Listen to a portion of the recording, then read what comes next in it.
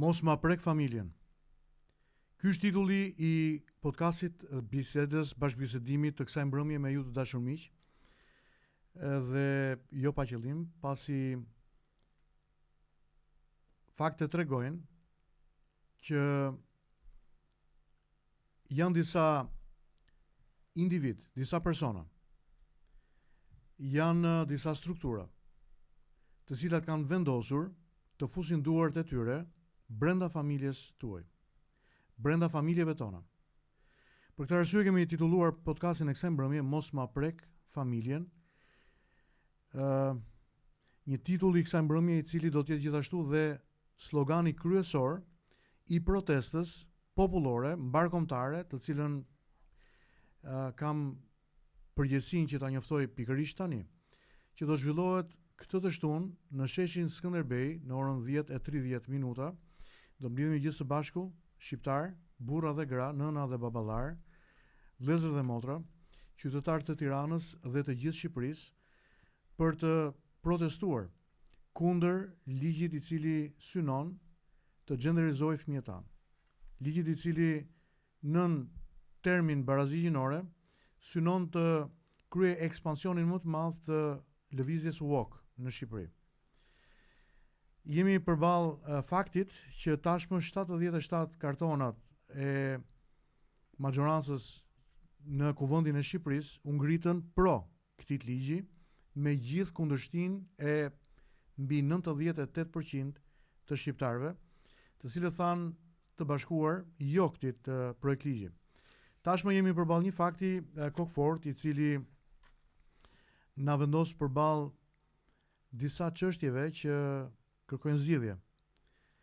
Qeveria do të jetë e popullit dhe për popullin. Përfaqësuesit politik në Kuvendin e Shqipërisë duhet të mos veprojnë jashtë vullnetit të elektoratit të tyre. Pra duke qenë se 98% e shqiptarëve e perceptojnë martesën mes një burri dhe një gruaje, gjinin si një përkufizim jo në dimensionin e konstruktit social, por e përkufizojnë si të lidhur në mënyrë të drejtë për drejtë me natyrën, me esencën tonë, mashkull dhe femër.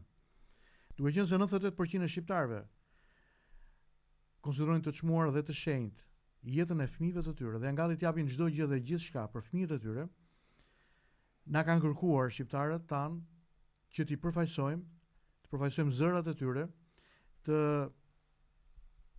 t'i bjem kushtrimit, sikundër edhe në podcastin e kaluar bashkë me zotin Armir Shkurti kemi përmendur fjalën jemi duke rënë këmbanave të alarmit. Podcasti i kaluar u zhvillua ditën e martë të javës kaluar, 3 ditë përpara se projekt ligji për barazinë gjinore do të kalonte në Kuvendin e Shqipërisë. Ne shpresuam në vullnetin e mirë të shqiptarëve dhe shpresuam gjithashtu dhe në dimensionin njerëzor që presupozonim se duhet të ekzistonte brenda shpirtrave dhe ndërgjegjjes anëtarëve të Kuvendit në majorancën socialiste që janë në Parlamentin e Shqipërisë. Por fatkeqësisht u zhgënjyem. Mbase shpresuam në mënyrë krejt të gabuar. Mbase shpresa jonë duhet ishte vendosur diku gjetkë. Por faktet kokforta tregojnë që jemi përballë një realiteti jo vetëm të trisht, por jemi përballë dramës krijuar si rrjedhoj e një vendimi që anëtarët e Kuvendit të Shqipërisë vendosën të mund të përkufizojnë jetët e fëmijëve tanë dhe të familjes në Shqipëri, nga këtu e tutje, duke orientuar gjithçka brenda agjendave të ekstremit të majt, të globalistëve liberal, të lëvizjes George Sorosit, lëvizjes woke, të asaj që ne njohim si ndalimi i kulturës, pezullimi i arsyes, gjenderizimi i fëmijëve, shkatrimi i familjes në botë. Ne besojmë që në Shqipërinë tonë jetojnë disa burra dhe gra të cilët besojnë që ka ca gjëra në jetë që duhet t'i mbrojmë.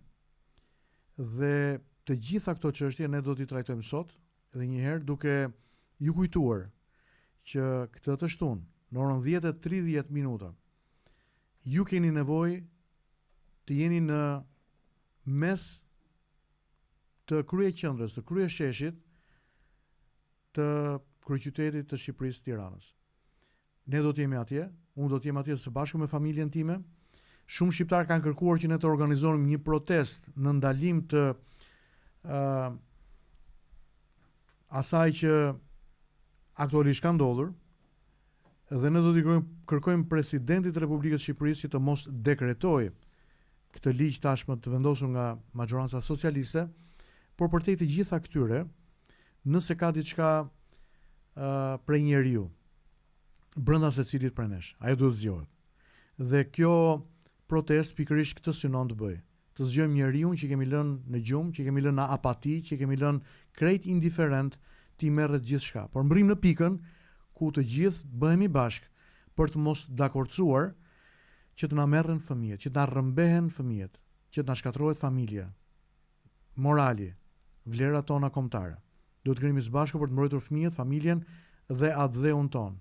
Përballë këtij ligji i cili synon të bëjë të kundërtën, të rrëmbejë fëmijët, të shkatërrojë familjen dhe të coptojë sovranitetin ton. Këtë mbrëmje bisedën, si kundër ju kam njoftuar më parë, do ta zhvilloj së bashku me Lindën, bashkëshortën time, gjithashtu dhe me zotin Armin Shkurti, mikun ton, gazetarin e mirënjohur, me të cilin bashkëndajmë kauzat të cilat tashmë ju i dini dhe i njihni që ne i kemi në shpirt, në zemër, në mendje, dhe janë bërë tashmë edhe pjesë e vokacionit dhe komunikimit ton publik të jetës së përditshme. Armir, mirë se vjen. Faleminderit. Në natyrën time dhe në momentet më të vështira të jetës time i kam kaluar me humor. Edhe kjo më ka mbajtur gjallë edhe shëndetin edhe gjithçka tjetër. Po nuk më vjen, pastor. Nuk më vjen të bëj humor.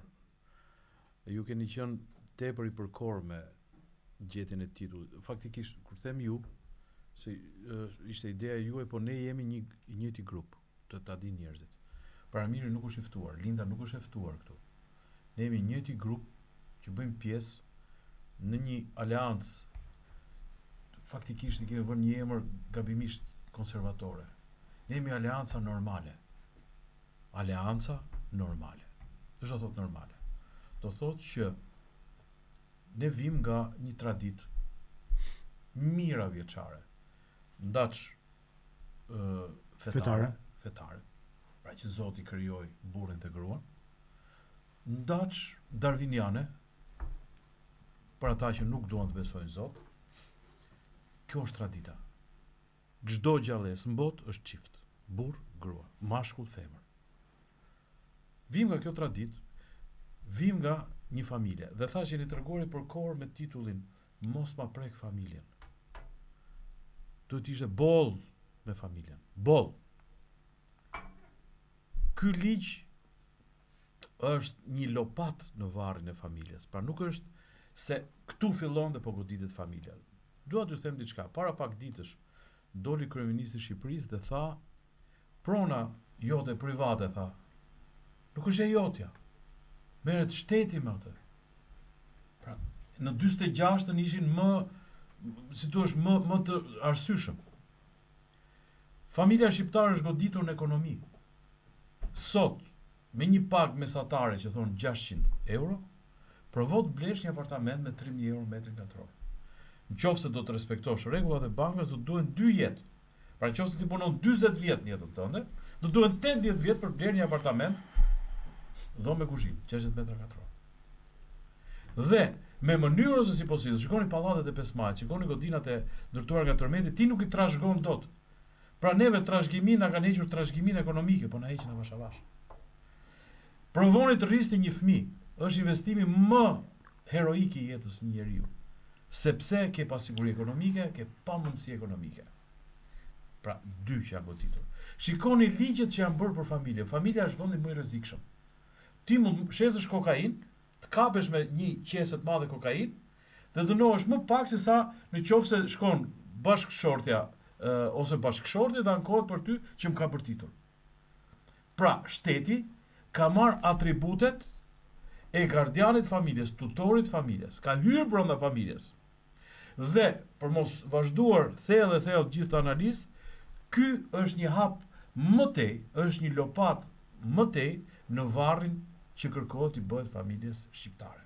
Na ka lëshuar një karrot thonë, po jo mor në ligj burr groja. Burr groja vërtet. Por mënyra se si është konceptuar ligji ka hapur mundësinë e një agjende kontrollit të shoqërisë, kontrollit të sistemit.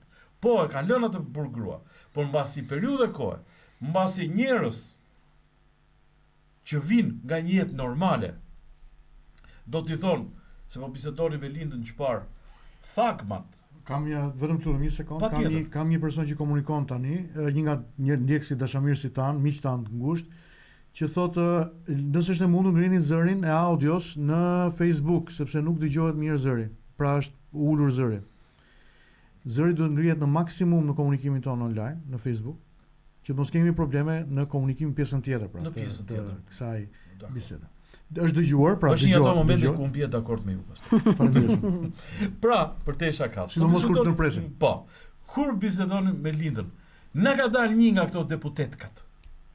Edhe na quan identitet, çfarë ishte një gjë e shumë fish, gjuhë me ndjeshmëri gjinore. Jo, që ishte shumë fish, që ishte një gjë shumë fish. Po, nuk ka gjiniet të shumë fisht, po identitet, pra, përkatësit shumë fishta. Edhe pastaj që marrin dhe na ambalazhojnë këtë, më falni për shprehjen, kak me çokoladë, edhe thonë, po jo se është një grua.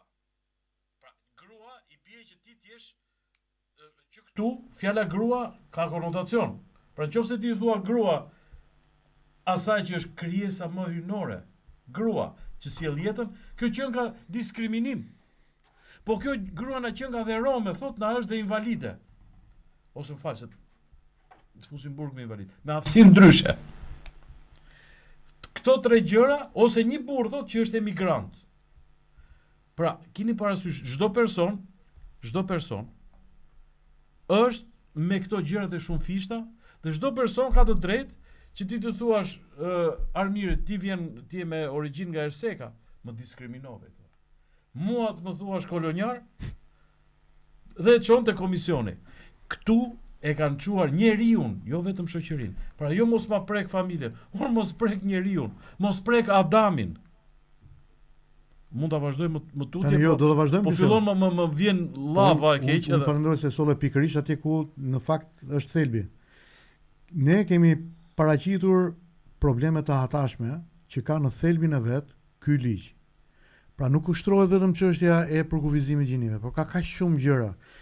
Dhe ne kemi pas kundërshtit tona, kemi çuar propozimet tona, Linda ka qenë në komunikim gjatë gjithë kohës, po si kundër unë, si kundër ju dhe një pjesë e mirë e antarëve të koalicionit shqiptar pro familjes dhe jetës, ne kemi qenë gjatë gjithë kohës në komunikimin publik, në mediat që është mainstreami, pra mediat kryesore, televizionet kryesore, mediat sociale, postimet përditshme, dhe kemi folur me antarët kuvendit, me deputetët nga më të rinj dhe më thjeshtë deri te krerët e grupeve parlamentare.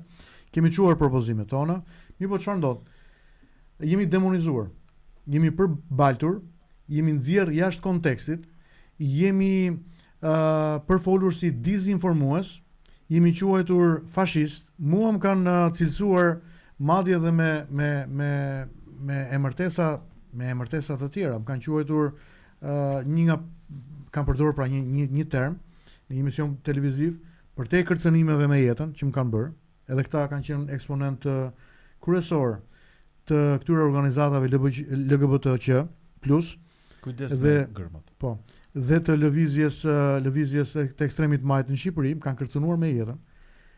Dhe ne kemi bërë publike këto kërcënime në media, por dhe janë njoftuar dhe instancat përkatëse. Por më kanë qenë dhe prince errësirës, më kanë qenë Belzebub, më kanë qenë një person i cili vetëm spekullon, më e pakta, më e vogla minimumi ka qenë gënjeshtar, që më kanë thënë publikisht.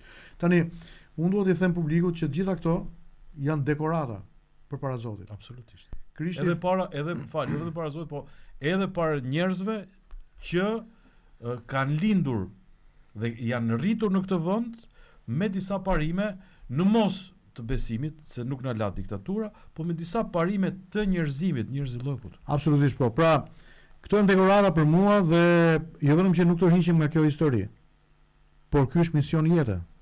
Pra, nëse këta individ kanë menduar se me këto akuza, me këto përbaltje, me këto kërcënime për jetën, kanë arritur që të më mposhtin, të më zvoglojnë, të më intimidojnë, përkundrazi, më rrisin forcën, inkurajimin, guximin, trimërimin për të qëndruar përballë këtyre sfidave, sepse nuk po qëndrojnë për një interes meskin, të vogël, mediokër, nuk po qëndrojnë për interesa financiar, por jemi duke qëndruar për interes më të lartë, një interes madhor, fëmijët, familja, atë dheu.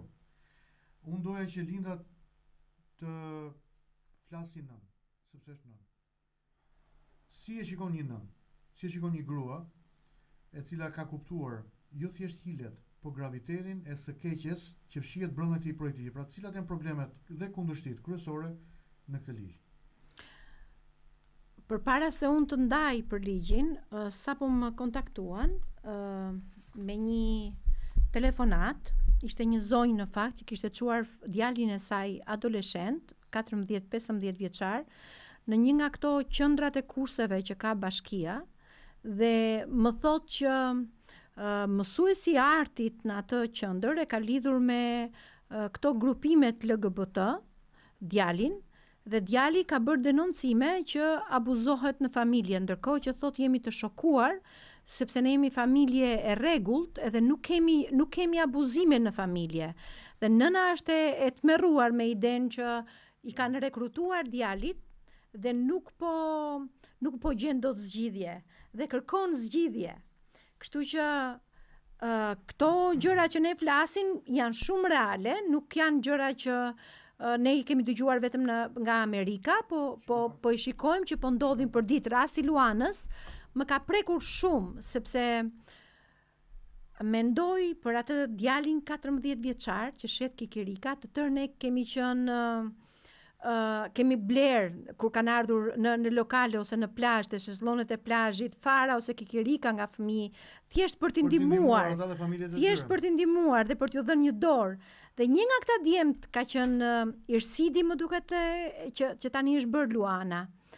Dhe imagjinoni të shfrytëzosh varfrin e skajshme të familjes së Irsidit, ta rekrutosh Irsidin dhe ta bësh pjesë të merreve që unë dëgjova dje për herë të parë tek emisioni Opinion, dhe më bëri përshtypje ftohtësia e njerëzve, ftohtësia që dhe mos reagimi i njerëzve që ishin aty.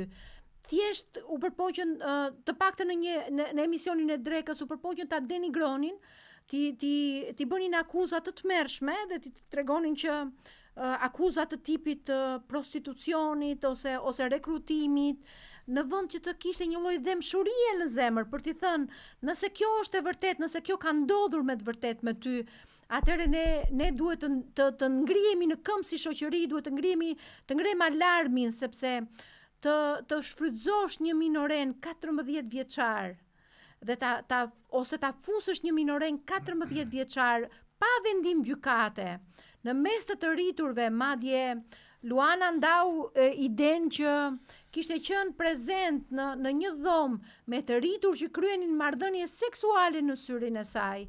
Unë nuk e di se çfarë duhet të presim në syrin e tij. Unë i them Luana se më Tani kjo historia e Luanës me vetë deklarim, unë mund ta quaj veten si dua sot këtë mbrëmje, edhe kjo është historia e projekligjit që kushdo këto synon projekligji, kushdo mund ta shpallë ta quaj veten si doje dhe ta vetë deklarojë si doje.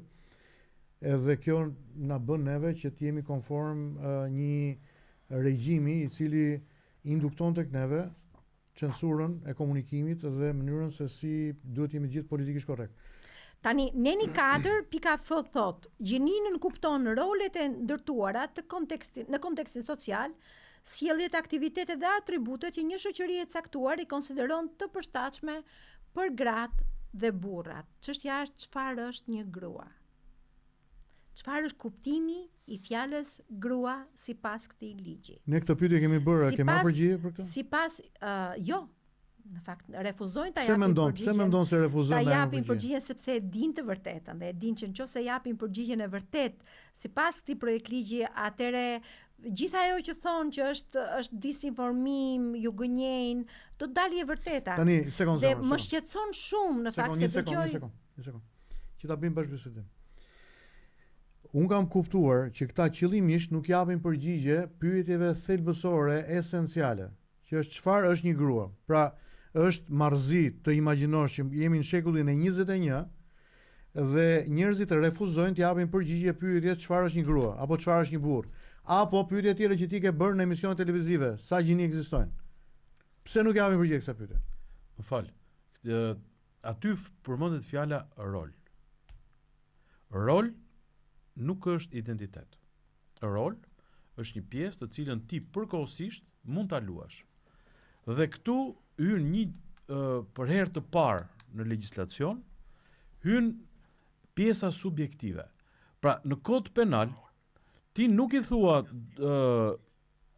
një personit të arrestuar, a ndihesh vrasës.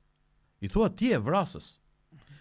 Në kod penal ti nuk i thua një personi, më lejoni ta them se besoj akoma s'na ka Ngri pak audion të lutem edhe një herë në Facebook se më vin gjithkohës nga persona të ndryshëm që janë jashtë Shqipërisë mesazhe të cilët thonë dëgohet shumë ulët zëri në komunikim.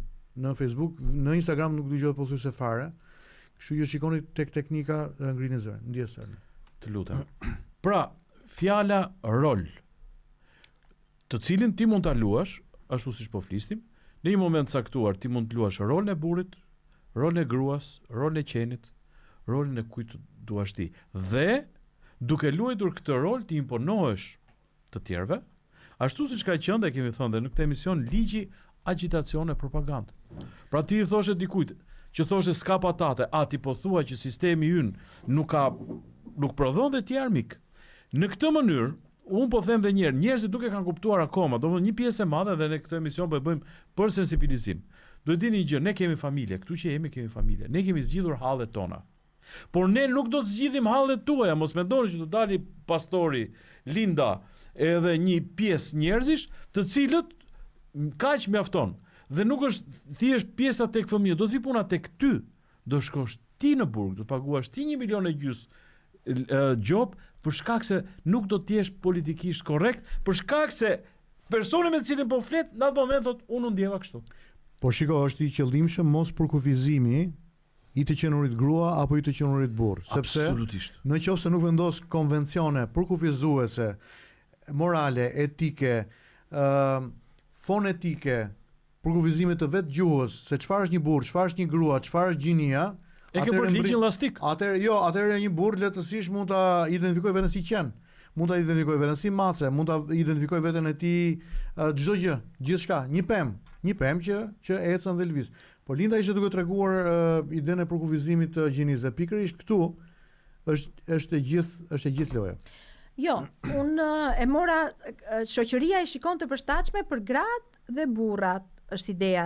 Rolet e ndërtuara në kontekstin social, domethënë gjinia nuk është më e lidhur me biologjin, nuk është e lidhur me seksin e lindjes, po është kontekst social, sjellje, gjinia mund të jetë sjellje, aktivitet dhe atribut. Si mund të jetë gjinia, sjellje, atribut dhe kontekst social. Dhe shoqëria i konsideron të përshtatshme për gratë dhe burrat. Atëherë pyetja ime është, çfarë është Luana? Si mund të regjistrohet Luana? Dhe në çfarë kategorie sipas këtij ligji futet Luana? Më fal, ti shkove tek Luana. Po. Unë po them, zjem unë me pastorin. Dhe unë, mire burr, ky që jam, shkoj dhe them, pastori më tha Armir ti je burr i keq. Ndërkohë unë atë moment ndihesha grua. Dhe pastori mua më ka në bazë të ligjit diskriminuar. Më ka diskriminuar se unë nuk isha burr në atë moment. Dhe pastori do të shkoj, të dënohet. Po them edhe një herë, do të shkojmë tek heqja e burrit dhe gruas fare natyrshëm. Do të bjerë si në vjesht gjetja e fundit e pemës, pasi ty të jetë hequr gjithë mundësitë të jetë përvoluar njerëz nga qytetari thjesht deri tek ata më me emër për shkak të këtij ligji që është absolutisht evaziv dhe nuk përcakton termat. Në rolin, unë po them, sot jam në rolin e një kukulle. Pse më she? Pse më ngacmon me buzëqeshje?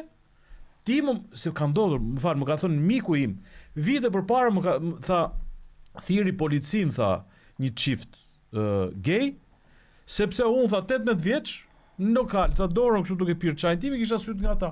Dhe erdhi policia dhe më tha po i ngacmon. Sepse i mbron ligji tha.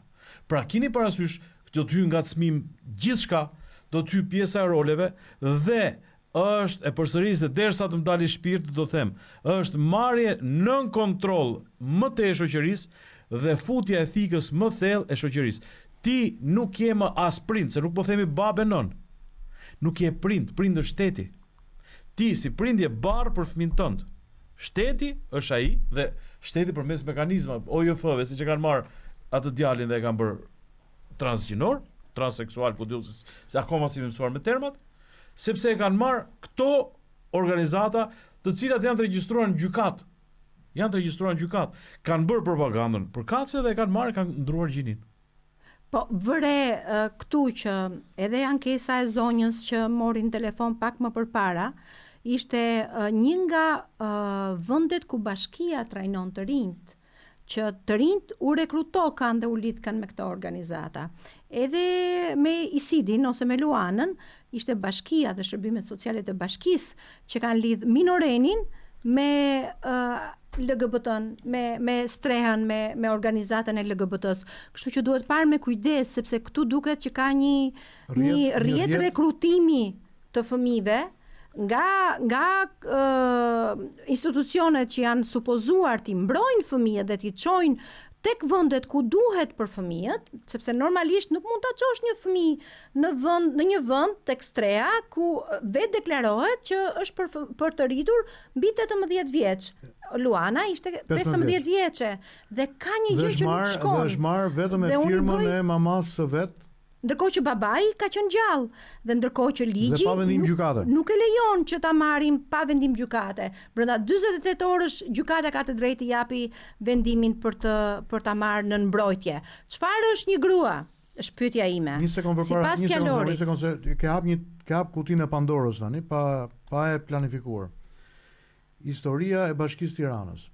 Dikush mendon me të drejtë, çfarë lidhje ka bashkia që të ideologjizoj fëmijët dhe të bëj rekrut të grupeve LGBT, vajza dhe djemt shqiptar, nëpërmjet këtyre aktiviteteve, nëpërmjet këtyre historive të cilat ne i dëgjojmë. Është një zyrë në Bashkinë e Tiranës, që është drejtoria për kujdesin social, a një gjë e tillë? Është një zyrë në Bashkinë Shërbimit Social, diçka e tillë, që siguron mbrojtje për kujdesje sociale ndaj fëmijëve, veçanërisht ndaj fëmijëve që vinë nga familje në nevojë. Por keni parasysh Bashkinë e Tiranës? Mendoni ju, qytetarë të dashur, që ishte rastësi historia e farsës së madhe të ashtuqueturës martesë të dy lesbikeve në terracën e Bashkisë Tiranës një vit më parë, mos gaboj, ishte kjo histori. 6 muaj para kësaj historie ishte historia e shfaqjes. Në maj. Po. Në maj nuk u bë parada. Kishte ardhur Trumpi, më duket ka qenë tani më. Po, këtë kohë. Tani ka qenë jo, ka qenë velje në detyra. Pra, bashkia eksakt. Dhe u la në maj, kur është pjesa e paradës së këtyre, si simbol kjo gjë. Ato dhe jo vetëm ato. Pra ndodhi kjo martesa e këtij çifti lesbikeve atje dhe sollën dhe një klerik. Nëse të kujtohet. Tash të quajtur klerik se nuk ka. Jo, prit. Por një sekond. Të rrim këtu. Te rolet. Sollën një ashtu siç thatë ju, të ashtu quajtur klerik, i veshur me veshjen tipike të një kleriku nga kisha katolike. Në mos gaboj deklaruar homoseksual me kishën katolike. Po. Ai vjen që të çojë më përpara agjendën e kësaj lëvizje këtu. Dhe në imazh publik ai ishte njeriu i Zotit. Pra shikoni se si kanë luajtur dhe me simbolet. Shikoni se si këtë gjë e quajtën të bekuar dhe nga Zoti. Dhe jo vetëm atë. Jo, loja këtu ishte më e thellë. Loja ishte këtu për të sjell probleme brenda asaj që ne njohim si bashkëjetesë, harmoni mes feve në Shqipëri, për të nxitur urrëtitjen fetare. Pra ditët e para opinioni i gjerë publik mendoi që ky ishte një prit katolik. Po. E njerëzit filluan të flisnin domethënë keq. Eksakt. Po. Madje pati diskutime në agonë debati publik për komunikimin e Papës në raport me çiftet brenda një zgjini, bekimi papnore, histori të tilla të cilat dolën komplet jashtë kujt. dolën jashtë kontekstit të komunikimit të papës në atë kohë. Gjithsesi, pra këtu loja, ndërkallja e grupeve LGBT në kulturën tonë dhe në atë që ne njohim si bashkëjetesë, ishte shumë e thellë se sa ne menduam në fillim fare. Sepse synimi ishte gjithashtu që me i gur të godisnin kulturën, që nuk është ndonjë problem, ja, edhe bashkia i marton këta brenda të një zini, nga ana tjetër godisnin fen, perceptimin e opinionit publik mbi fen, që këta fetarët, feja, gjithë kjo histori këtu nuk na duhen më, sepse edhe këta kanë rrëshqit, edhe kanë shku në një dekadencë të thellë shpirtërore dhe morale, shikoni se ç'a ndodh, po janë duke martu njerëz. Kjo ndodh në botë, për hir të vërtetës, ndodh në perëndim, por perëndimi thelbësisht është i korruptuar në dimensionin shpirtëror dhe moral, dhe ka jo pak komunitete fetare të cilat janë të korruptuara moralisht dhe shpirtërisht. Por në Shqipëri, me aq sa ne dim, ne për shkak të kulturës, për shkak të traditës, për shkak edhe të trashëgimisë fetare, të një fe e cila këtu vetëm 35 vite më parë ka kaluar me zjarrit, është përsekutuar, është goditur me gur, është anatemuar, priftrinë klerikët janë burgosur, janë vrarë, janë pushkatuar, institucionet nuk kanë funksionuar, liria e fesë ka qenë tërësisht e ndaluar në Shqipëri, dhe këta tani nëpërmjet kësaj strategjie kaq diabolike, kjo është fjala që unë duhet përdor, kanë synuar gjithashtu të rikthejnë perceptimin e shqiptarëve nga viti 46-91 në Shqipëri, ku feja u demonizua, u përbalt, klerikët u konsideruan bashkëpunëtor me armikun. Ke parasysh u fshehën armë fillim fare në 46-51 në përkisha në xhamia, dhe çfarë ndodhi më mbrapa? Ishte krejtësisht e lehtë që nëpërmjet artikujve, nëpër gazetat ditore, nëpërmjet librave, nëpërmjet kinematografisë. Imagjino, domethënë komisari i dritës, çfarë ndodh aty? Te komisari i dritës shkapa, nuk e di e kujton. Mua më thua kujton.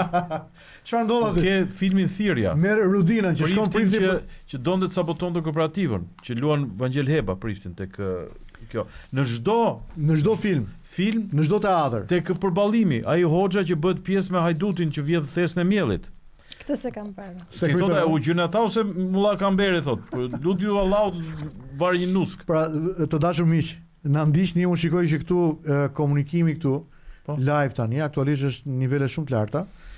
Ju lutem bëni share, sepse të vërtetat që do të dëgjoni këtë mbrëmje në raport me ligjin që tashmë majoranca socialiste ka votuar në parlament, dhe pritet që presidenti i Republikës ta dekretojë, të mos ta dekretojë apo të hesh. Pra janë 3 variante që ai ka përballë. Ne e ftojmë me dashamirësinë më të madhe, me respektin dhe nderimin që si qytetar të kësaj republike që duam, të kësaj demokracie që aspirojmë, dhe ta dheu ton dashur, ne i drejtohemi presidentit të Republikës që të sillet në dinjitetin e një burri të shtetit.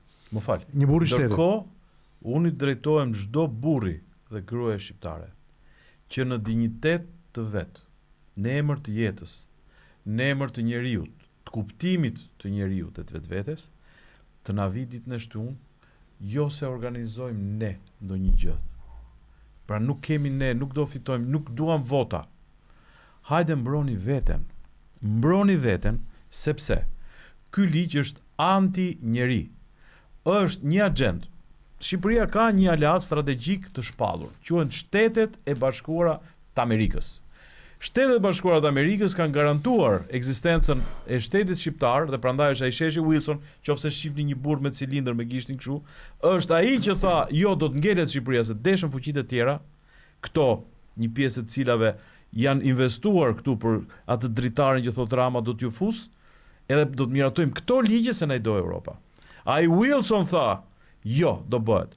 Dhe Shtetet e Bashkuara të Amerikës ishin të paktën garantuan Kosovën, dhe Shtetet e Bashkuara të Amerikës me presidentin Trump, dua të them, me ardhen e Donald Trump, kanë garantuar atje ndalimin e kësaj agjende. Ndalimin e kësaj agjende. Dhe ne, me këtë aleat tonin, rreshtohemi për njeriu, për jetën dhe për vazhdimin normal të jetës. Unë kam gjetur një parantezë. Kemi vetëm një zonjë këtu mes nesh. Edhe nuk du që unë shtëpi se unë ndaj shtratin, ndaj zemrën, ndaj shpirtin me të prej sa vitesh me lindën. Nuk dua që lindat më thotë çam bërë më burri dhe. Ç'ai bërë? Po si ne më fol. Priti sekond. Tash një sekond, Armir, sekond. Lutem, që ta mbaroj. Po ti po më thunon dhe mua.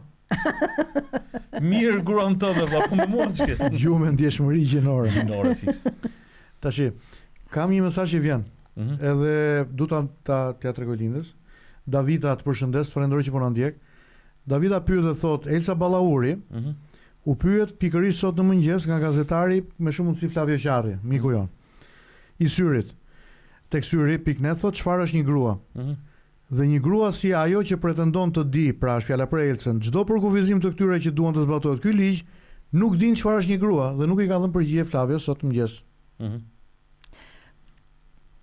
Përpara se të vazhdojmë me këtë se do t'ua shpjegoj unë se çfarë është një grua, unë kam gjetur një gjë që ndoshta deri tani, megjithse kemi diskutuar për rreth 1 muaj projekt ligjin, nuk kemi hasur konceptin e fjalës sipas Wikipedias barazi gjinore.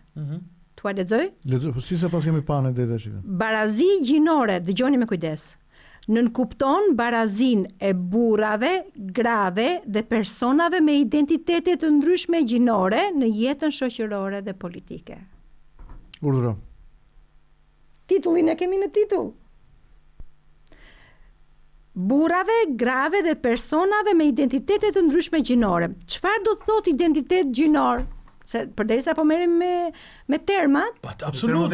Ma ato shkon burg, me terma shkon burg, nuk shkon me gjë tjetër. Identitet gjinor përshkruhet si një ndjesi personale dhe e brendshme e gjinisë e cila mund të mos përputhet me seksin e lindjes, përfshin ndryshime të pamjes trupore ose funksionet mjekësore. Atëre, nuk keni nevojë të futeni fare brenda neneve, sepse e keni tek termi, tek koncepti i titullit të ligjit tani, se nuk është më projekt ligj. Hapeni vetë në Wikipedia dhe lexoni nëse keni dyshime. Barazi gjinore midis burrave dhe grave dhe personave me identitete të ndryshme gjinore. Identitetet e ndryshme gjinore janë ndjesi personale dhe e brendshme e gjinisë. Do me thënë, kjo nuk është e lidhur me seksin e lindjes, por kjo përfshin ndryshime të pamjes trupore, do me thënë operacionet që ne diskutojmë, ose veshjes. Edhe veshjes. Edhe patoma, edhe ndjehem valla. Po. Kështu që po mendoj një situatë, Linda më fal, një situatë humori. Unë s'flas më. Unë jam me dy çuna këtu që nuk të lënë hapësirë fare për të folur. Unë jo vetëm kohën time. Edhe unë më le se më pëlqeu shumë kjo e gjinis, po imagjinojmë doli para syve një prind i revoltuar që i thot zyshës së gjuhës. Pse ke vënë 4 djalit? I thotë po ja, shtëpia thot gjinia maskullore. Ashtu ndihet shtëpia. Trena, thot, ka shkruaj trena. Ashtu ndihet, thot, trena është femër, sepse mbas kësaj terminologjie, që faleminderit që na e solli Linda, mbas të termave do të shkojmë gjykat ne. Dhe në bazë të termave do të kontrollohet gjua. Dhe po ju them një gjë, dëgjova të nderuar në zonjën Luarasi, që ishte edhe avokatja këtij ligji, që na pas ka hyrë direkt nëpër komisione edhe projekt ligji për mediat. Më kupton? Pra, pasi doli ky për barazin, do dalin natyrisht një ligj i cili do të detyrojë mediat dhe komunikimin publik, do t'i detyrojë ato të përshtaten këtij ligji, të modifikojnë gjuhën. Prandaj po u them dhe ngul këmbë. Kjo mos ma prek familjen, ne familjet tona e kemi në Terezi. Puna është, do t'ju vazhdoj thika në palc, shtëpi s'keni, se blini dot. Familjen se mbani dot, fëmijës bëni dot se s'keni lek. Fëmijës do bëni dot se do ju presin gjërat. Do ju presin dhe gjuhën. Për me fol doni me fol edhe s'ka, dhe në fund fare, ajo pjesa burr grua për cilën thon njerëzit pse do dalim, ka ngelur, do të bjeri vet. Tani gjua me ndjeshmëri gjinore, me që përmende zonjë Luarasi. Unë nuk e kisha lexuar, sot e kam lexuar se çfarë ajo ka thënë mbasi është aprovuar ligji. Dhe i kam qenë shokuar të shikoj se si e ka fyer inteligjencën e popullit shqiptar. Nuk e di nëse është marrë dikush me fjalimin e saj, por kam parë që thot gjuhë me ndjeshmëri gjinore do të thot ti thua drejtor dhe drejtoresh, ose doktor dhe doktoresh, profesor dhe profesoresh, ministër dhe ministresh. kjo është ideja e gjuhës me ndjeshmëri gjinore. Po pse, me 1.600.000 lek do dënohem unë nëse harroj t'i them drejtoreshës, i them drejtor? Sepse ka sanksione, a e dini, për gjuhën me ndjeshmëri gjinore që konsiderohet diskriminim, ka sanksione.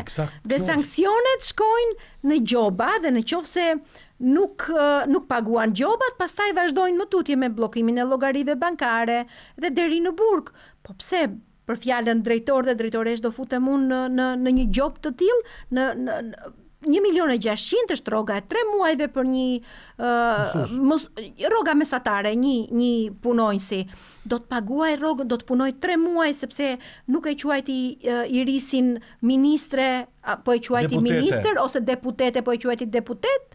Kështu që unë do doja që t'i bëja thirrje dhe apel irisit, Iris të du shumë me gjithë zemër, nuk kam asnjë gjë personale me ty, po të lutem, ndaloje budallalepsjen e njerëzve rreth e rrotull, sepse njerëzit e kuptojnë, shqiptarët janë inteligjent, nuk janë popull i pamendshur dhe e kuptojnë manipulimin edhe fshehjen e këtyre termave mbrapa shkronjës së ligjit. Gjithashtu, unë mund të them sot që ti ke diskriminuar të gjitha gratë që kanë tradicionaliste që kanë vendosur të qëndrojnë në shtëpi dhe të rrisin fëmijët e tyre. Dhe janë të lumtura me përgjigje. E kanë vendosur me vullnet të lirë. Për shembull, un kam të afërt në rrethin tim familjar që kanë vendosur që fëmijët mos i rrisi shteti, po të rrisin vetë, sepse duan të japin edukatën e tyre, duan që të rriten, të rrisin me parimet e tyre morale. A mund të rrisi kopshti dhe shkolla, apo një babysitter fëmijën më mirë se sa nëna e vet? Iris, si mund ta quash një grua të tillë të prapambetur? Sepse ka vendosur të bëjë gjërat në shtëpi, të rrisë fëmijët e saj dhe të kujdeset për familjen e saj. Si mund ta quash Shqipërinë të prapambetur për shkak se 31% e grave duan të rrisin fëmijët e tyre? A e di që ka një lëvizje në Amerikë që shumë gra kanë lënë punën dhe janë kthyer shtëpisë sepse kanë parë që kur nëna shkon në punë dhe e lë fëmijën, nuk kam asnjë gjë për ato nënat që shkojnë në punë. Nuk po i gjykoj. Ato e vendosin vetë në zemrën e tyre se çfarë duan të bëjnë me jetën e tyre dhe se si duan të rrisin fëmijët e tyre. Por un kam diçka shumë të madhe me ty që thua që këto nëna që vendosin të mos shkojnë në punë, 31% e nënave ose e grave shqiptare, të mos shkojnë në punë, po të rrisin fëmijët e tyre dhe të merren me kujdesin për familjen e tyre, këto konsiderohen të prapambetura dhe konsiderohen që kanë lënë Shqipërinë mbrapa. Të lutem, duhet të dalësh dhe të bësh një falje publike për të gjitha ato gratë që i ke fyer dhe i ke diskriminuar në këtë lloj mënyre. Dhe këtë herë jo si ish drejtuese apo drejtuese njërës prej organizatave të shoqërisë civile, por këtë herë në mbrojtje të drejtave të grave. Këtë herë si antare e Kuvendit të Shqipërisë. Më fal, unë rrallë emocionohem, por emocionova gjatë fjalës së Lindës. Pse? Në Shqipërinë ne kemi harruar për fat keq që nga koha komunizmit e më pas pushtetin e gruas. Ne mendojmë që pushtet është ai që vërtet, ai që ka grushtin, ai që ka paran. Pushteti i gruas është ky, që sapo dëgjuam. Është butësia. Është një mënyrë të menduari absolutisht krejt ndryshe nga burri. Krejt ndryshe. Do të thonë nëse një burr, unë do të kisha marrë të njëjtin fjalim që tha Linda, do të isha drejtuar me krejtësisht tjetër terminologji atij personi. Ndërkohë që ky është pushteti i gruas. Ndërkohë që le të kujtojmë një gjë tjetër kur ka filluar shkatrimi i familjes, një shekull më parë. Një burr dilte dhe punonte dhe gruaja rriste fëmijët në shtëpi. 5-6 fëmijë. Gruaja siguronte gjithçka dhe ishte zonjë shtëpie. Hyn këto ideologjit. Jo, po gruaja është skllave e burrit. Po burri nuk ishte skllav i kësaj familje që punonte nga mëngjesi në darkë, e sillte të ardhurat? Jo, po gruaja duhet të dalë në punë. Doli gruaja në punë. Ra numri lindjeve. Vazhdoi gruaja dhe burri në punë. U rritën kërkesat. Filluan të bëj burri një punë, burri 2 punë, gruaja 1 punë. Ra numri fëmijëve. Sot, të nderuar miq, janë 2 punë burri, 2 punë gruaja dhe nuk kanë fëmijë për mbajnë qenë. Dje kam lexuar një lajm të tmerrshëm. Në Itali, numri i qenëve është më i madh që mbajnë familjet është më i madh se numri i fëmijëve. Pra, familjet italiane mbajnë si numër më shumë qenë se sa fëmijë. Këtu e kanë çuar familjen. Pse? Me atë ideologjinë. Po ju duhet jeni të barabarta, i thon grave. Ore nuk jemi të barabartë, jemi të ndryshëm. Edhe vetë njeriu me vetveten është i ndryshëm. Ai që ke qenë dje nuk je sot, nuk do të jesh nesër. Dhe është bekim që jemi të ndryshëm. Urdhoni pat mënyrën të folurit të një gruaje, të një zonje dhe këtë tonën me testosteron. Janë 2 mënyra të ndryshme të menduar, po janë 2 pushtete të ndryshme. Gruaja zonjë shtëpie, burrin më të ashpër e detyron të tulte zërin edhe të kryej të gjitha detyrat me pushtetin e butë. Kurse këta duan burrnesha. Me që ishim ke zonja për cilën të foli zonja ime, më kujton Glen përshëndes, se nga njëta zonjë kemi dëgjuar të thot shqiptarëve që nuk duhet marrin shembull shtetet që njohin vetëm 2 gjini. Edhe prandaj them që fyet inteligjenca e shqiptarëve. Iris, si mund të thuash që ky projekt ligj nuk njeh më shumë se sa 2 gjini dhe pastaj të anët e mosh shtetet që njohin vetëm 2 gjini brenda Bashkimit Evropian. Madje jo vetëm të anët e mosh si shembull jo të mirë, sepse thua aty që ka 3 shtete që kanë pranuar dhe kanë ratifikuar në kushtetutën e tyre që njohin vetëm mashkull dhe femër, dhe këto nuk janë shembuj të mirë për të marrë në konsiderat, për shkak se do kenë sanksione nga Bashkimi Evropian. Përse na duhen këto të dhëna nëse ky projekt ligj nuk njeh më shumë se sa 2 gjini. Prandaj them që e ke fyer rënd inteligjencën e shqiptarëve, Iris. Dhe bën mirë që ty kërkosh ndjes, sepse ka shumë shqiptar që e kuptojnë ligjin. Dhe të gjithë këtë informacion që ka qarkulluar në rrjetet sociale apo ka qarkulluar te presidenti, nuk janë njerëz që nuk kuptojnë që e kanë nxjerrë si informacion. Janë punonjës të ligjit, janë njerëz që janë marrë me shkronjën dhe me presjen. Kështu që të lutem, mos e fyej më inteligjencën e shqiptarëve. Unë do doja në fakt, ka një raport vlerësimi në Republikën e Shqipërisë për plani kombëtar të veprimit për personat LGBT 2016-2020. Do doja që shqiptarët të kuptonin se çfarë janë rekomandimet 2020-2027 për qeverinë shqiptare dhe për sistemin arsimor në Shqipëri. Do doja të lexoja shumë pak. Sfidat për të ardhmen. Arsimi shihet nga shumica si një nga sektorët më të rëndësishëm ku rritet ndërgjegjësimi për çështjet LGBT, si për të ndihmuar dhe mbrojtur të rinjt LGBT që priren të bëhen të vejdishëm për orientimin e tyre seksual ose identitetin gjinor në shkollat e mesme dhe shpesh janë viktima të ngacmimit dhe për të edukuar një brez të ri me parimet e pranimit dhe tolerancës. Dëgjoni. Edhe pse ekzistojnë kurrikula me çështje LGBT, mësuesit i zbatojnë në mënyrë as pak të strukturuar, pjesërisht për shkak se janë lënë me zgjedhje për momentin. PKV-ja e re duhet të sigurojë që mësimdhënia në këto kurrikula të përfshihet në edukimin e mësuesve të ardhshëm, si dhe në trajnimin të vazhdueshëm të mësuesve.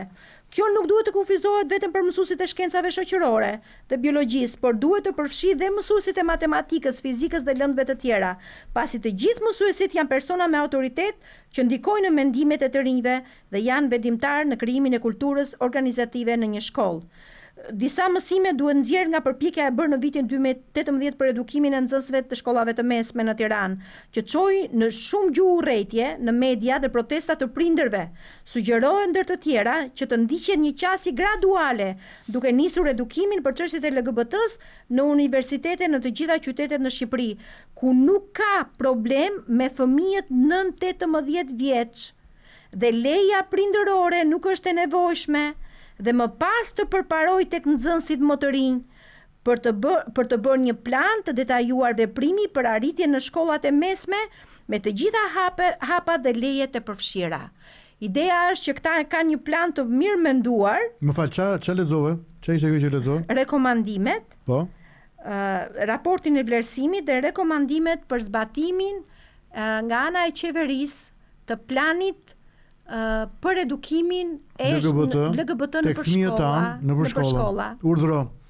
Tashi, neve që na kanë quajtur spekulant, mashtrues, gënjeshtar, këta individ, këta kanë nga plani tyre i veprimit, pikërisht atë që ne kemi thënë, ekspansionin e ideologjisë gjinore në përshkolla. Rekomandim: të fillojë rishikimi i ri kurrikulës që të përfshihen çështjet LGBT në kurrikula në të gjitha nivelet e arsimit dhe veçanërisht në arsimin parauniversitar si pjesë e rregull dhe e detyrueshme. Tani arsimi parauniversitar fillon me kopshtin, 4 vjeçarët, deri tek gjimnazistët e vitit 3 në gjimnaz. Kjo është ajo që ne kemi thënë dhe aktualisht brenda ligjit që u miratuar në parlament me 77 votat e së majtës, aty keni një nen që flet për edukimin gjinor në shkolla. Është pikërisht kjo. Dhe përtej kësaj, zotërit organizojnë një këshill kombëtar ku brenda këtij këshilli është ministra e Alinjës, që është ministra e Shëndetësisë, dhe aty brenda janë gjithashtu edhe disa prej drejtuesve të organizatave LGBT, të cilët marrin pjesë tek ky këshill kombëtar, bashkë me zëvendësministrat e çdo dikasteri, çdo ministrie të Republikës së Shqipërisë, ku do të bëhet pikërisht analizë 6 mujore, 3 mujore, vjetore e këtij plani pune, këtij plani masave, se si kemi ecur deri tani, si kemi përparuar pra me ideologjizimin gjinor të fëmijëve shqiptar në për gjithë sistemin parauniversitar në Shqipëri. Ministra e Arsimit doli sot dhe tha kur u pyet nga gazetarët, në rrjetet sociale unë e pash sot, po nuk e di nëse ka qenë intervista e sotme, dhe ju u pyet që a ka ky projekt ligji, a ka detyrime për mësimin e agjendave LGBT në përshkolla, dhe ajo u përgjigj dhe tha që janë spekulime, janë disinformime, mos besoni çdo gjë që dëgjoni në rrjetet sociale. Ju lutem dëgjoni një rekomandim tjetër. Të sigurohet që mësimi rreth çështjeve LGBT dhe krijimi i mbështetjes për aktivitete në përkatje të nxënësve dhe studentëve LGBT të jetë pjesë e rregull dhe e detyrueshme e trajnimit të drejtorëve të shkollave, si dhe trajnimit të vazhdueshëm të drejtorëve që janë në funksion. Të vazhdoj trajnimi mësuesve në mënyrë të strukturuar dhe në një shkallë më të gjerë, duke synuar mësuesit e sapo trajnuar, si dhe mësuesit që tashmë janë në funksion. Të sigurohet që të gjitha institucionet e arsimore të jenë të vetëdijshëm për PKV-n e re dhe rolin e tyre në zbatimin e aktiviteteve ndërgjegjësuese të rinj, si dhe në mbrojtjen e nxënësve, në kujdesin e tyre, dhe se këto aktivitete kanë mbështetjen e plotë të MASR-s, Ministrisë së Arsimit, Sporteve dhe Rinisë. Pra, ky është kanceri për ja ku e keni të dashur shqiptar. Në qoftë se dëgjoni në intervista ministren e Arsimit që thotë këto janë spekulime, unë mund ta postoj dhe ju do ta shikoni vetë që këto nuk janë spekulime. Këto janë thjesht ministre që fshihen pas gishtit dhe kërkojnë që t'i qetësojnë shqiptarët duke thënë që këto nuk janë të vërteta. Ja ku i keni rekomandimet dhe Ministria e Arsimit nuk po ju thotë të vërtetën. Ka në botë, në demokraci, krijohet një sistem për të qeverisur popullin dhe pak a shumë për të përgjigjur nevojave dhe interesave njerëzve. Dhe Shqipëria ka, aspirata e onë në 90 nga qenë, e duam Shqipëri si gjithë Europa, pra në mirëqenie, në edukim, në sistem drejtësie. Shqipëria është një nga vendet më të varfra në rajon, në Europë. Nuk diskut, një nga vendet më të varfra.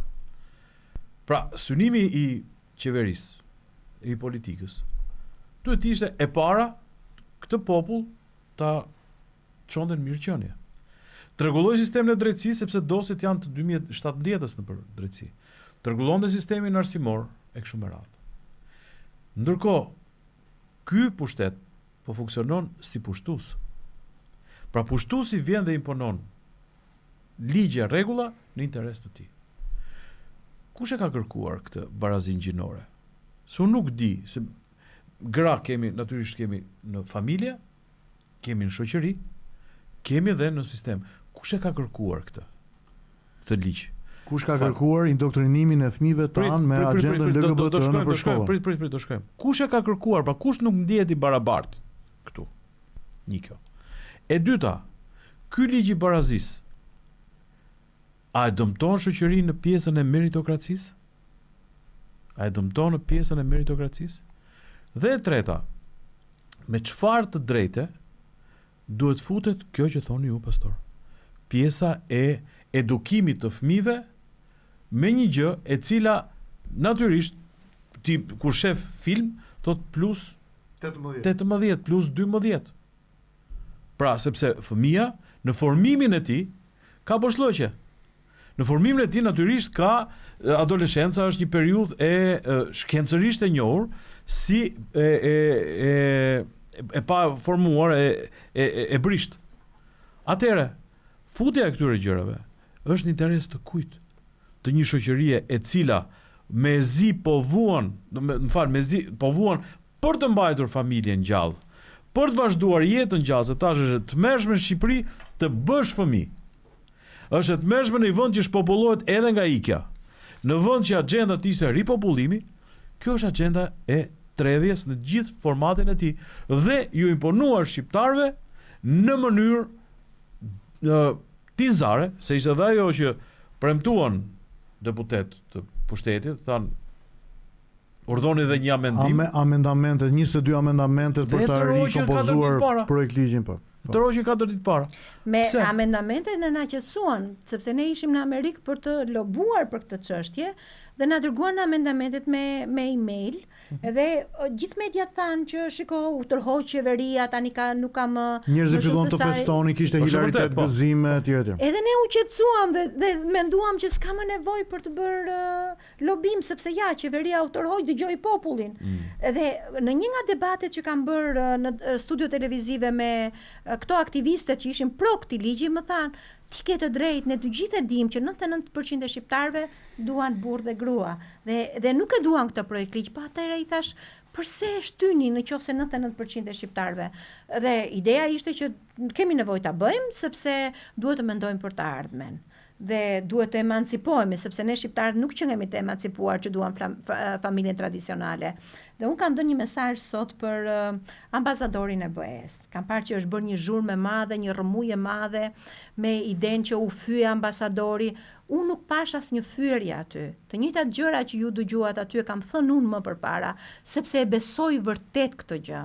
Sa herë që ne kemi qenë ose jo sa herë, po të paktën herën e fundit që ne kemi qenë duke bërë konventën e familjes, ambasadori bashkë me një grup nga LGBT-ja kanë qenë duke protestuar tek pedonalia në Tiranë. Ose e kam parë shpesh në paradat e këtij grupimit LGBT dhe duket qartë që ambasadori është i investuar në këtë kaos. Prandaj perceptohet që është ai që e nxit këtë kaos. Po është vetë deklaruar, ka shpallur veten që shiko, është po ka plot të vetë deklaruar ose të pa vetë deklaruar. Ka shpallur që është homoseksual, pra ka bërë publik, pa e ka kërkuar askush, e ka deklaruar. Ka aktiv saç kanë qenë në këtë kaos, në Shqipëri perceptohet që është ai që e nxit këtë kaos. Dhe unë e pash një ditë kur po bënim atë përkujtimorin e Charlie Kirk, ai kaloi aty dhe u fut te Akademia e Arteve me rroba popullore. Dhe po mendoja sa mirë që BE-ja dhe ambasadori i saj vlerësojnë traditën shqiptare. Dhe mesazhi që unë dua t'i jap ambasadorit sot, ja harova emrin si Gonzato. Mr. Gonzato. Për shqiptarët, tradita dhe kultura nuk janë vetëm veshjet popullore, është edhe familja. Për shqiptarin, nëse ka një gjë që e ka të shenjtë, e ka të çmuar, e ka mburet në gjithë botën, kur e pyesin në botë dhe i thon, çfarë ka Shqipëria një gjë që e karakterizon? Thot, familja tradicionale është shumë e fortë dhe është shumë e çmuar për shqiptarin. Unë mendoj personalisht, dhe këtë nuk më ndalon dot njëri ta them, me çfarë do lloj sanksionesh që ju të vendosni në këtë ligj apo jashtë i ligji, Unë mendoj që ky ligj e cënon familjen tradicionale shqiptare drejt për drejt, duke futur konceptin e gjinive të tjera dhe duke shkuar në për shkolla me ideologjizimin gjinor. Dhe arsyeja pse e mendoj që ky është një ligj që cënon sovranitetin kombëtar dhe cënon të mirën dhe kombin, është sepse prek pasurinë që ne kemi, prek fëmijët. Nuk ka pasuri më të madhe për një komb se sa fëmijët, dhe ky ligj i prek fëmijët drejt për drejt. A e dini që numri transgjinorëve sipas një studimi në botë, mbas futjes së mësimit të edukimit gjinor në për shkolla, është rritur nga 2014 në 2023 me gati 3%. Rritet sepse fëmijët janë si sfungjeri, thithin gjithçka që ti do t'ju mësosh. Dhe në qoftë se adoleshentët si Luana, 14 vjeç, 15 vjeç, kanë ato krizat identitare të tyre, sepse ndryshojnë hormonet në atë moshë dhe duan të gjejnë identitetin e tyre. A e keni parasysh që fëmijët në atë moshë mendojnë që babi dhe mami nuk dinë asgjë, nuk i kuptojnë, mendojnë që babi nuk i do ndoshta ose nuk e kupton emocionin e ti ose botën e brendshme dhe i shikon me syrin që ku di ti, ku kupton ti, ku merr vesh ti o ba nga çfarë po kaloj unë. Është sepse kaloj në këtë fazën e ndryshimit derisa të bëhen 20 e ca vjeç dhe pastaj kuptojnë prap që babi di ca gjëra. Kështu që ju lutem me gjithë zemër, i lini fëmijët shqiptar me hallet që ka Shqipëria, se nuk ka pak. I lini fëmijët shqiptar të rriten dhe të mësojnë në shkollë matematike edhe fizik, të mos ju duhet të përfshihen në këto çështje edhe biologji dhe të mos përfshihen në këto çështje nëse kanë lindur në trupin e gabuar apo janë në trupin e duhur. Armir, jo, duhet një diçka se du diskutua ambasadori. Direkt viktima e parë i këtij ligji ishte Sali Berisha. Është dënuar 10 ditë Sali Berisha. Për çfarë është dënuar? Për shkak se ka përmendur seksualitetin e ambasadorit. Po më fal, po mbi çbaz seksualitetin e vet ambasadori e solli në tryezat tona kur ai bëri deklarimin që ai është homoseksual. Nuk ka gjë thjesht më. Prit, është më rëndë se kaq. Është më rëndë se kaq. Pra, nëse ambasadori është në punë vet, në shtëpi vet, në detyrë të vet, në bazë ka një konvent të Gjenevës, mos gaboj, që është për ambasadorët. Ambasadori në çdo vend ka marrëdhënie vetëm me Ministrinë e Punëve të Jashtme dhe me Presidentin e Republikës ditën që firmos letrat kredenciale.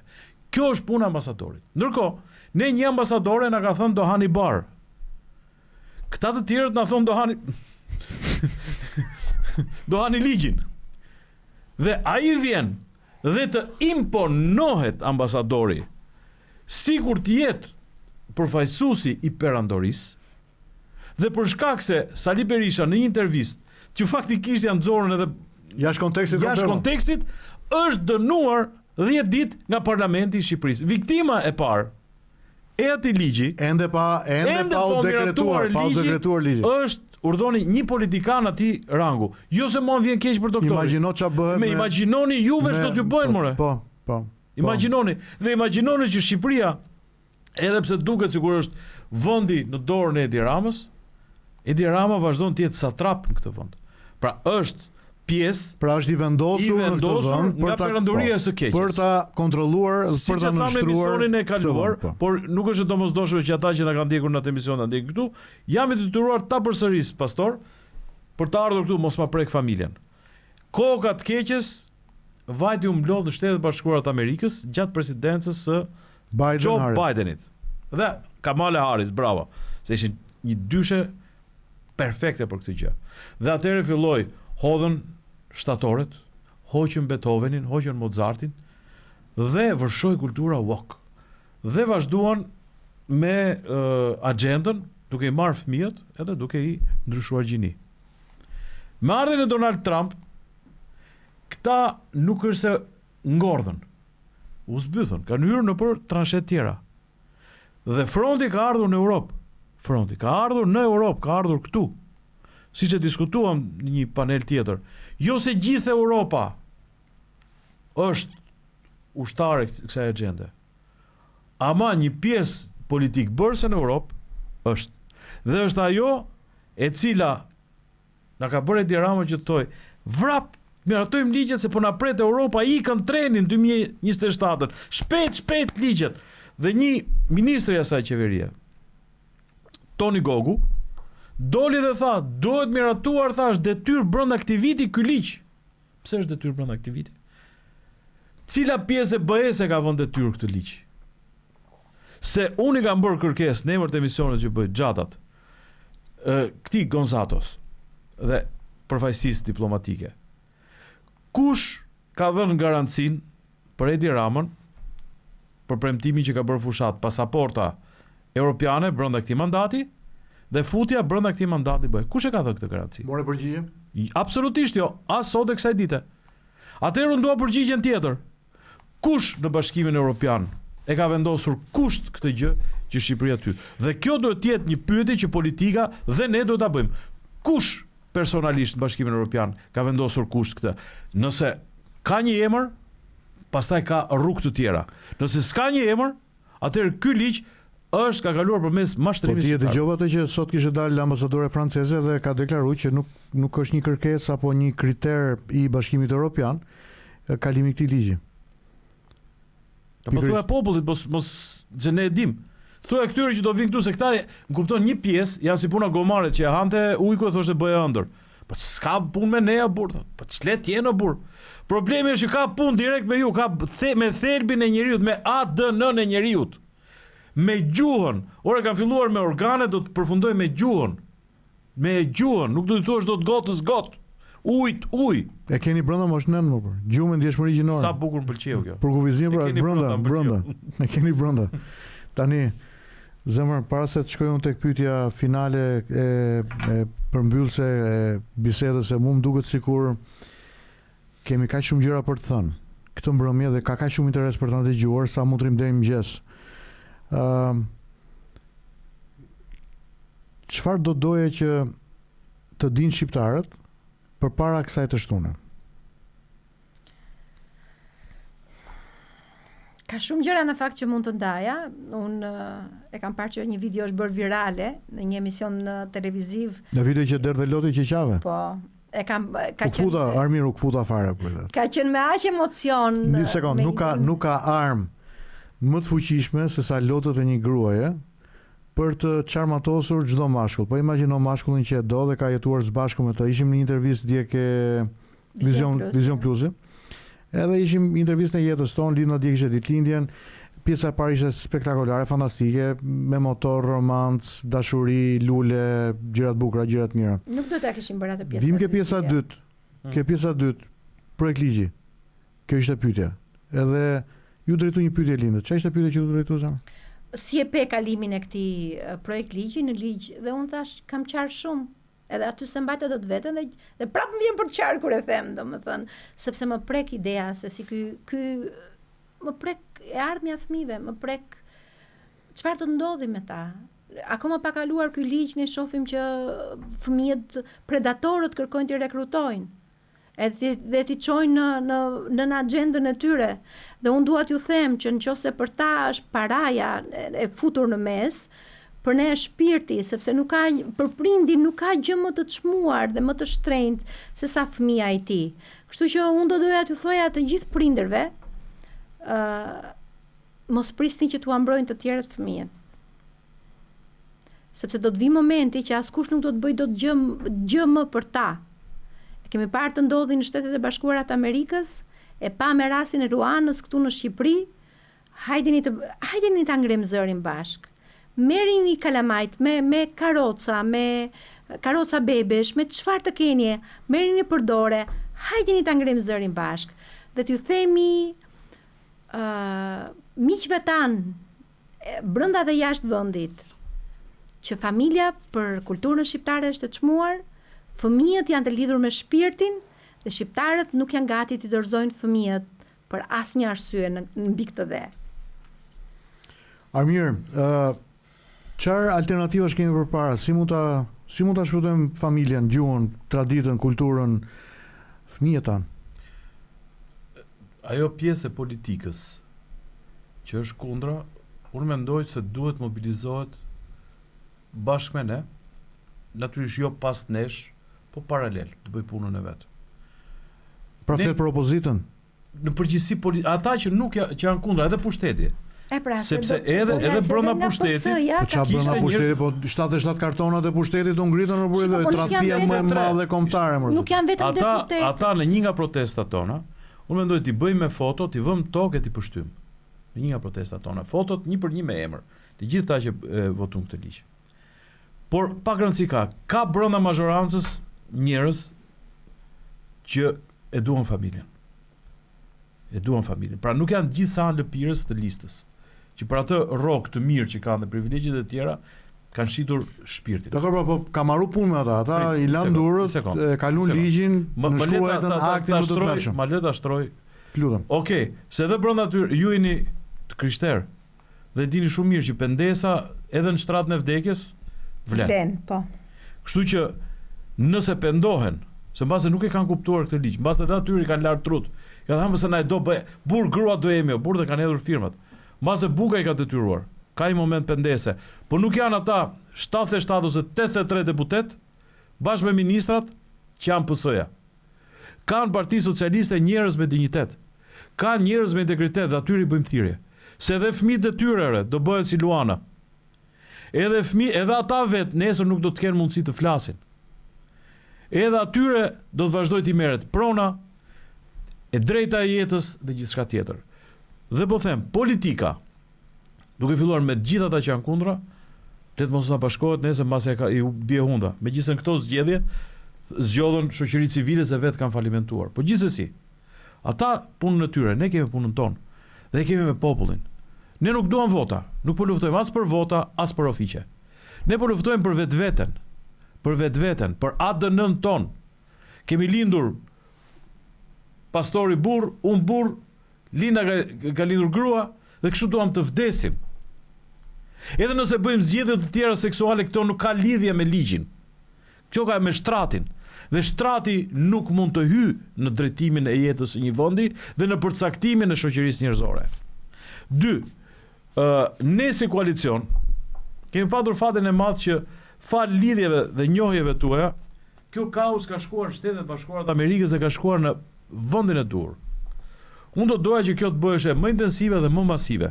Kushdo që ka mundësi, kushdo që ka njohje në administratën Trump, duhet të ngresh zërin.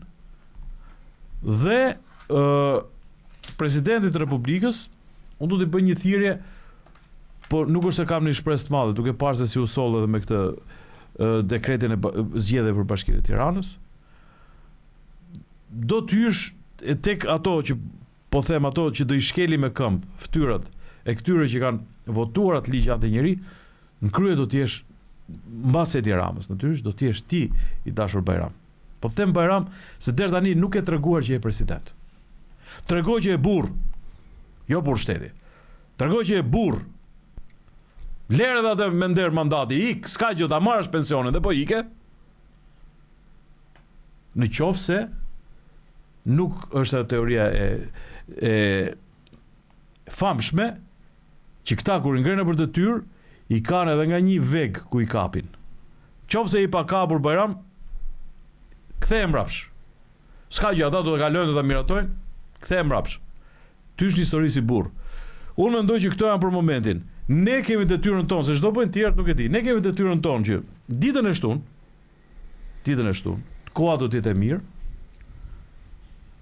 Një dal aty, shprehim të paktën, ta themi që jemi kundra. Tek sheshi Skënderbej ora 10:30. Lidhemi gjithë bashkë. Po. Kaq ka mund. Okej.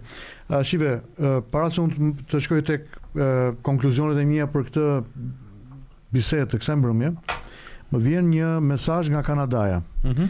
Aitanga, të përshëndes, falenderoj shumë që e solle mesazhin tënd. Ajo thot: në qytetin ton, thot, në Etobicoke të Ontarios në Kanada, në një gjimnaz, thot, u njësuan tualetet në shkollë për vajzat dhe për djem. Dhe të rinjt u ngritën në protestë dhe drejtoria e shkollës thirri policin. I futën brenda, pra i futën në rajon policie dhe i dhunuan, i gjakosën fytyrë gjimnazistët. Pra, kjo historia që ama se nuk është një problem ky ligji që vendos këtu, nuk është se në Shqipëri një kulturë kaq tradicionale konservatore do të aplikohet. Ligjet janë bërë që të zbatohen. Dhe ky ligj që është miratuar në Shqipëri disa ditë më parë nga majoranca socialiste për çështjen e barazisë zinore, është ligji kanadez, është ligji amerikan, është ligji i Evropës perëndimore, i organizatave George Sorosit, i organizatave LGBT, i ekstremit majt, që synon të shkatroj pikërisht atë që neve kemi të shmurë. Një gjë jo, më fal vetëm një ndërhyrje te kjo pjesa e ligjit, Linda, se dua që të vazhdojmë koherencën. Enver Hoxha qeverisi me ligje. Nxori ligj për sekuestrimin e pasurisë, sekuestroi pronet. Nxori ligj për agitacion propagandë, për nxori ligj censurën, për e futin kushtetut heqjen e fesë. Po. Hoqi pronën private. Të gjitha janë bërë me ligj. Dhe këtu ne kemi mësuar që jo vetëm në Shqipëri, por në çdo vend diktaturat vendosen përmes ligjit, cilët nganjëherë shiten dhe si për mirë, duke të gjë Po shumë. absolutisht. Po barazia pse çka keni kundër ashtu. Por në Shqipëri ka historia ka treguar që ligjet ato që do pushteti i zbaton dhe përmes tyre i merr shpirtin njerëzve. Kështu që mos mendoni që ky është një ligj nga ato mira ligje që dalin që janë mbushur, që do merret diella me to për të seleksionuar, edhe do kaloj.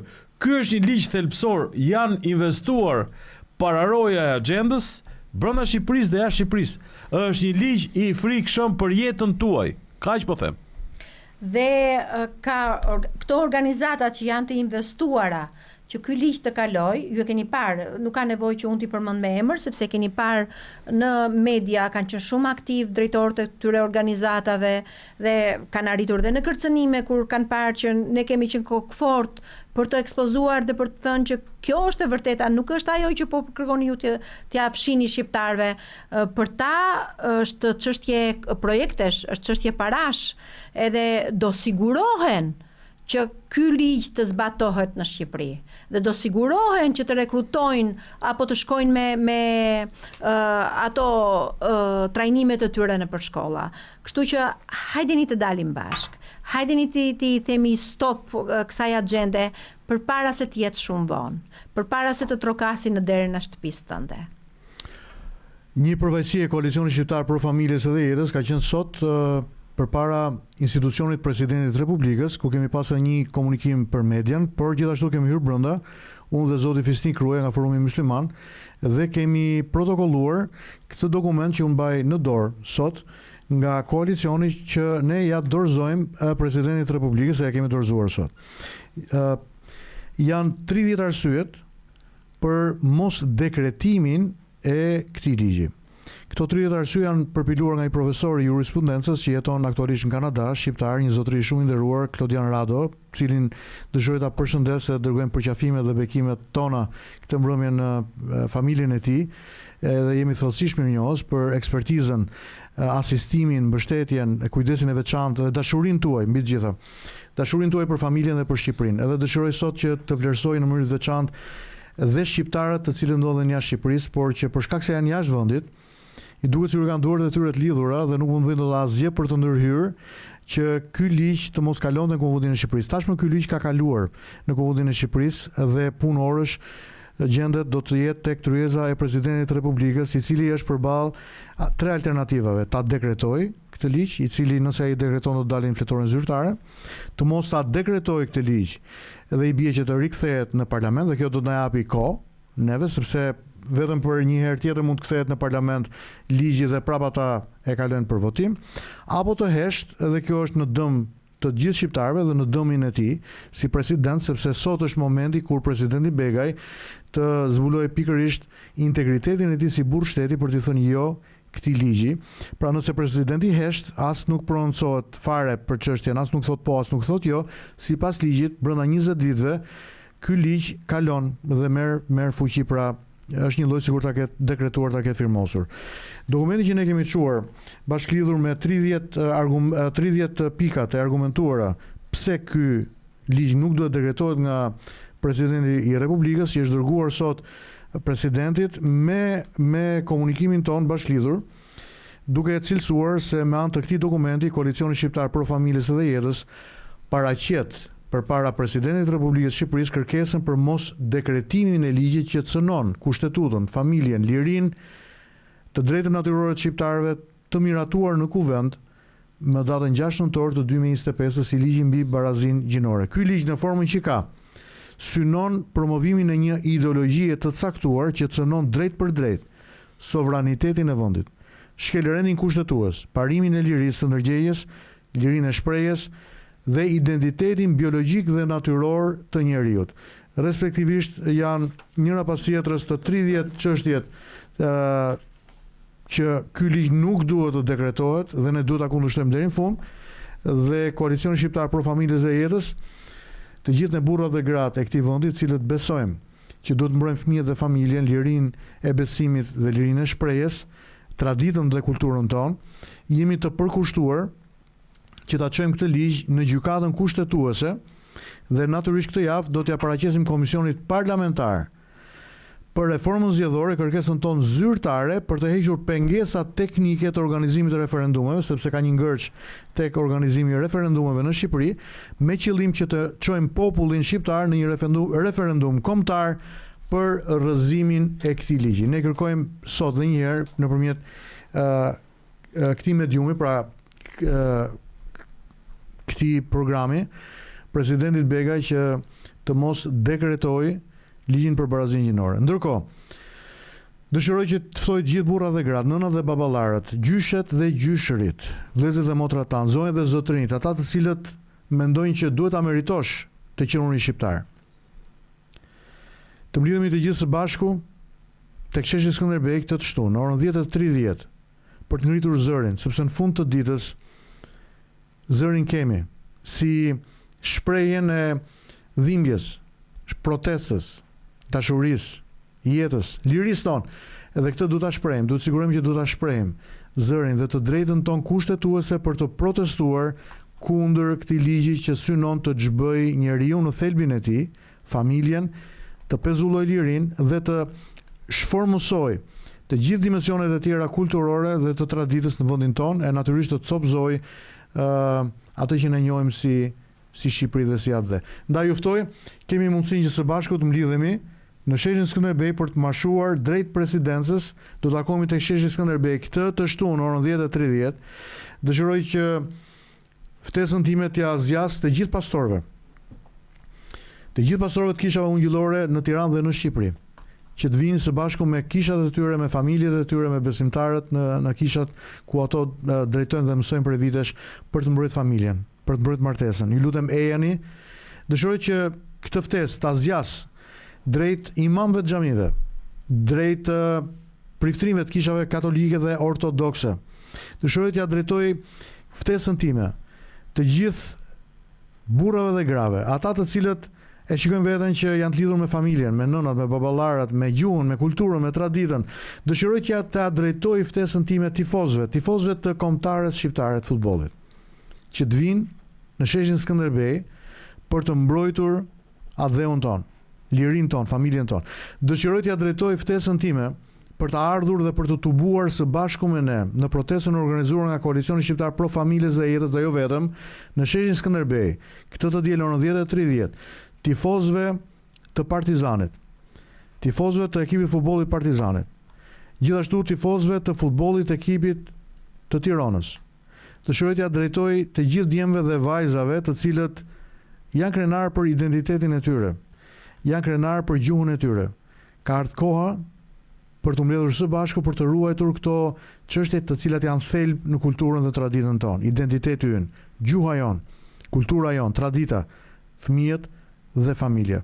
Edhe natyrisht me këtë ftesë dëshiroj të mbyllim këtë emision duke falendëruar Lindën, e cila na vendosi përballë të vërtetave të dhimbshme dhe tragjike që ky ligj sjell në Shqipëri.